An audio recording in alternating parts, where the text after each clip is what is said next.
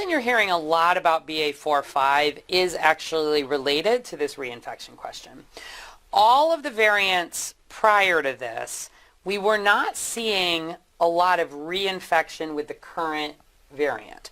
So we saw people who had had Alpha or Delta in the past be relatively protected, but potentially get infected with Omicron.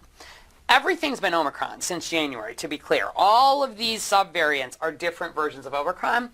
BA.4/5 is the first one where we're seeing some reinfection, even of people who had a prior version of Omicron. So that is different.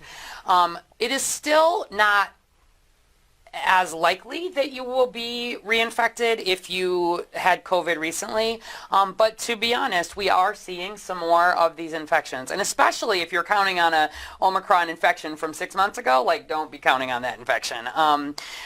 We're not seeing a lot of this getting infected sort of straight away again, but BA.4/5 is the most contagious yet. And the question of, is the incubation period shorter?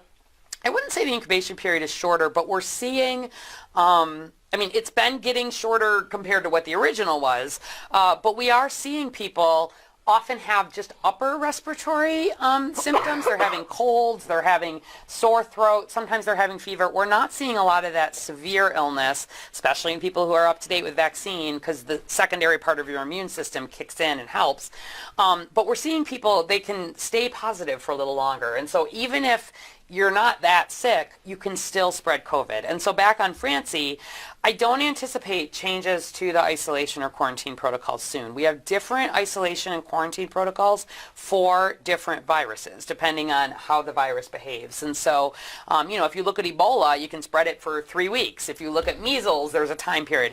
This is, based on our best evidence, the time period for COVID. And given that we still are seeing, even now in the middle of summer, even though the numbers are so much better than they were, this is like a bad flu season for us. So the worry is that COVID is not just like the flu yet, where we don't worry about overwhelming the health system. Yes, we have treatments. Yes, we have vaccines that help, but there are a lot of people still getting really sick. And COVID does not need to be top of mind. We don't need to be doing these, certainly sort of shutdown type things. In the absence of some scary new variant, I hope we never ever get there again.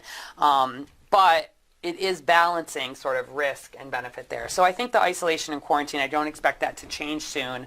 And COVID, is it getting better or worse? I'd say it's so much better than it was in 2020 because we have tools, but each new variant and subvariant is itself a little worse than the one before, especially in terms of contagiousness.